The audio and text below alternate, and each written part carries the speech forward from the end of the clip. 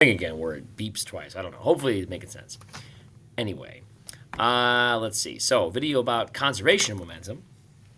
So, the first video on momentum, you say, okay, cool, got that. What is conservation of momentum? Well, this is simply the idea that momentum is a quantity, is something that's measured, that is conserved, which is a fancy way of saying that it's never destroyed. It's not like if you use momentum, it's gone. It gets transferred. Okay, if you hit a baseball with a baseball bat, the example we used in the last video, the momentum of the bat, you say you're swinging the bat, you're causing motion, right? Yes. You say the bat stops, momentum's gone. Well, it goes into something else. Okay, and this is where things get kind of hard. You might say, well, I mean, like, sure, I hit a baseball, the baseball has momentum. Okay, what if I just swing the bat and that's it? You got to consider what happens, right? When you swing the bat, if you swing it like very slowly, right, your body is able to control where the bat is pretty easily because your muscles are probably, hopefully, strong enough where you can keep that bat in a particular orientation relative to your body and as you move it. But when you want to stop it, right, the bat, depending on how fast it's going, it's going to take some force to pull it back, right? You basically have to pull that momentum back out of it, if that makes any sense. Because if you don't, if you let go of the bat, it'll keep going, right? So what do you have to do? Your body has to kind of pull back a little bit, right? You're basically, for lack of a better word, pulling the momentum back into your body. Okay, if you spin that bat as hard as you can and try to stop on a dime, it's very challenging, right? You're like, it kind of hurts my muscles. Your muscles are basically pulling that back in, and it's causing your muscles to, for lack of a better word, move, right? And that can be painful, okay? If you're a baseball player and you take a baseball and you go to pitch it, right? You wind up, you throw the baseball as hard as you can, you let go of the ball, you're transferring momentum from your arm into the baseball. You say, yeah. What if I took the ball out of your hand? I was a sneaky guy, and as you're in your windup, you're in the stretch, I sneak down and I pull the ball out, and you don't know, you don't feel it, so you keep going, you wind up and you go to throw. You're going to hurt your arm big time, okay? Because all that momentum that was designed to go into the ball is now staying in your arm and your elbow, and that's going to cause some pain because that momentum has to go somewhere, for lack of a better word. Okay, and again, if you're a physics professor watching this video, you might say, how dare he say go somewhere? I just mean to say, right at this level, that the transfer would go where? Into like the joint of your elbow, right? Into the tendons of your elbow. It would hurt big time, okay? Because your body has to find a way to basically arrest the momentum into you, okay? And if you're going, what is he talking about? I'm basically saying that transfers of momentum are going to happen whether you like it or not. Okay, if it doesn't go into the baseball, it's going back into your body, and that's going to cause some pain. Okay, momentum is transferred. We just talked about that. Yay. Okay, just looking at my little slides here, as you can see. Okay, the core equation, it says here being, and then there's a colon, and you're like, where is it? When I made this, I used LaTeX to make the equations, and then I forgot to change the color of the background from black to white, so you can't see it. So what I did was I put it over here, okay, so you can see it. Okay. P total is P1 plus P2, and then I have dot, dot, dot, simply meaning this could go on forever. Okay, so in this case, there are two objects, right? P1, P2, the momentum of the first object, the momentum of the second object, right? We're adding them, all right? The dot, dot, dot simply means I could have P3, P4, P5, P6, as many as you want, okay? As you can imagine, the more stuff, the more complicated things get. It's not that the equation gets necessarily harder, but there's more things to keep track of. More variables generally makes an equation trickier, right? Depends on what they are, though, right? I mean, if they're all momentum, it's not that bad. If you have momentum and other quantities, it can get pretty messy. But in any case, if you're watching this video, you're probably watching this for like a physical science class. More than likely, you're only working with two objects, okay, at most. Hey, if you're doing more than two, that's cool. I'm happy for you and your school. That's pretty cool that you're doing that. In any case, this simply means what? Total momentum of a system.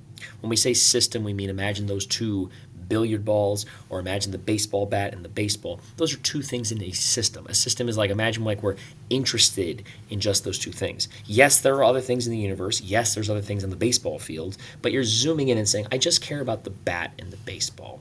Or if it's two balls that are going to hit each other, right? I care about this one and this one. That's all I care about. I don't care about the table. I don't care about the air. I just care about those two things, right? This is a system.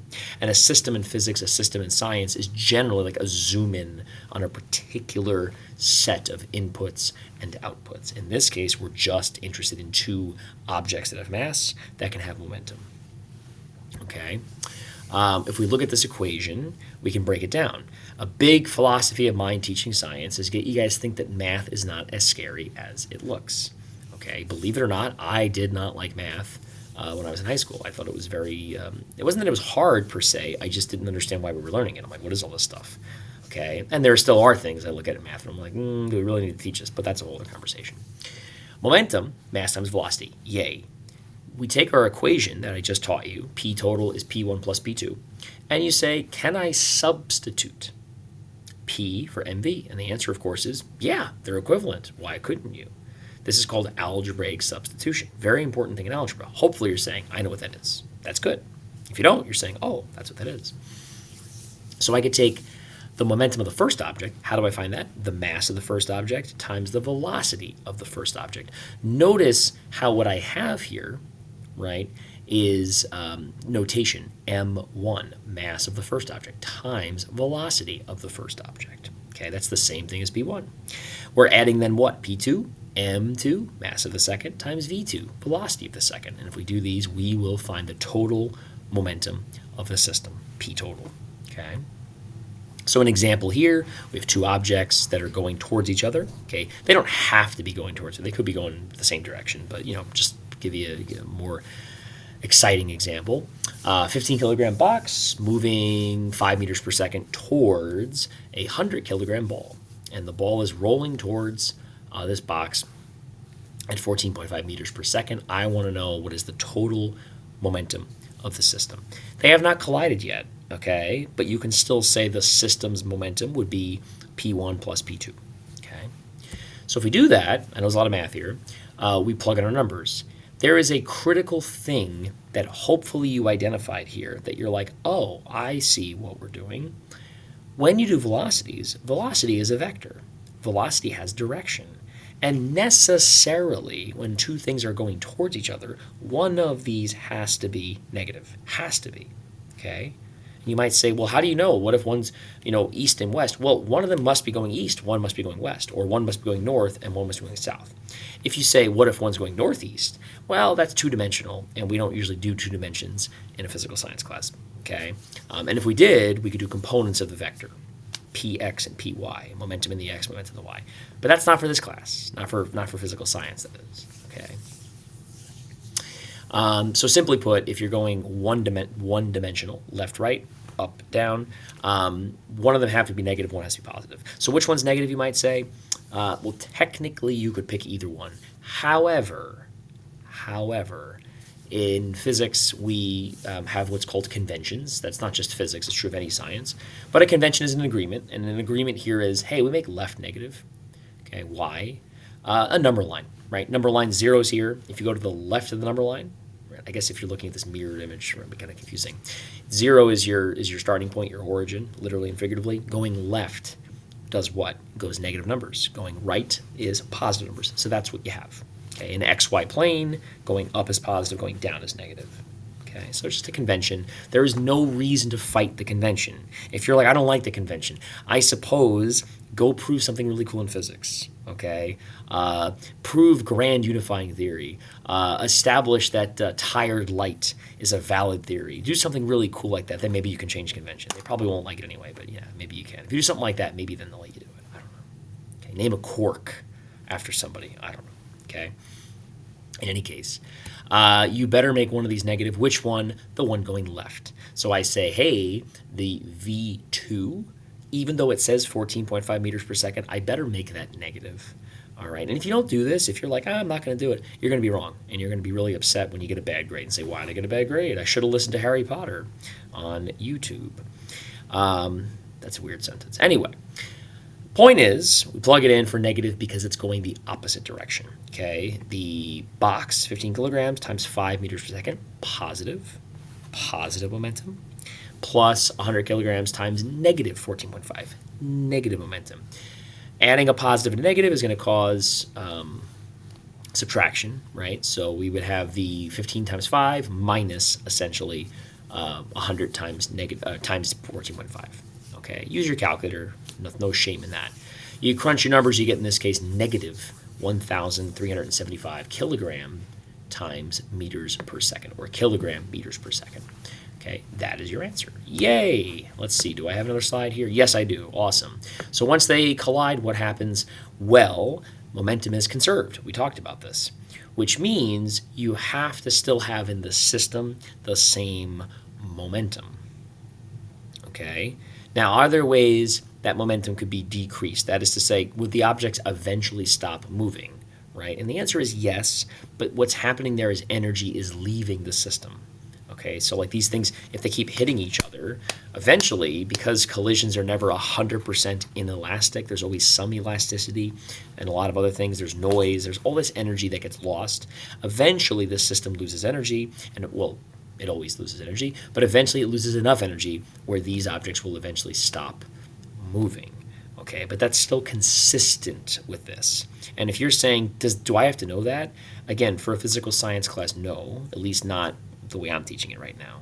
Okay, conservation of momentum means we assume that there's always momentum kept as either the mass or the velocity. Okay, generally speaking, it's going to be velocity that changes. Mass to change implies something breaks, right? Like something gets hit hard enough that it shatters, in which case the mass changes and the velocities are now in these individual little objects. Okay, so you throw an egg at the wall, right? There's momentum. Hits the wall. There's still momentum. Pieces of the shell, bits of the yolk, bits of the egg white, right? That's the conservation of momentum there, and the wall too, also. But anyway, in any case, generally speaking, we're going to focus on calculating new velocities. It gets hard though because you need to know things about the collision, like how elastic the collision is. Elasticity is basically the ability for something to kind of like absorb some energy like a spring and then push it back out, right? It's like a bouncy ball bounces because it's elastic. When it hits the ground, it literally kind of squishes in on itself a little bit. It's like a spring, and that's what causes it to bounce back up. You drop a lead ball. Lead does not have a lot of spring to it, not a lot of elasticity. That lead ball hits the ground, it kind of goes, hits. Okay, it might go bounce a little bit, but it does not like a bouncy ball bounce up and bounce and bounce and bounce and bounce. Lead ball goes, maybe goes like that. Okay, not elastic. Okay, but if you were to do these calculations, right, what you could do, right, is be given information. Like maybe the mass of the first object is 10, the velocity before collision is maybe 10. So that's 100 Newton seconds, 100 kilogram meters per second of momentum. If I told you that the second object is 50 kilograms and it's going 5 meters per second, right, that's what, 250 kilogram meters per second. That would be negative, assuming they're going towards each other. You add them together, you get your momentum. If I told you the first object stops moving, now you go, what's the momentum of that ball? The answer is 0 because it's transferred all of its momentum to the second object. Okay? You would take your total momentum and divide by the mass of the second object, and that would tell you the new velocity. Okay? But again, we're kind of getting a little bit ahead of what these notes show. Okay? But we'll call it quits there. Next video would be over kinetic energy. I might not be Harry Potter. I don't know if I'm going to make that video right now. So we'll see. Maybe it'll be somebody else next time. Have a great rest of your day.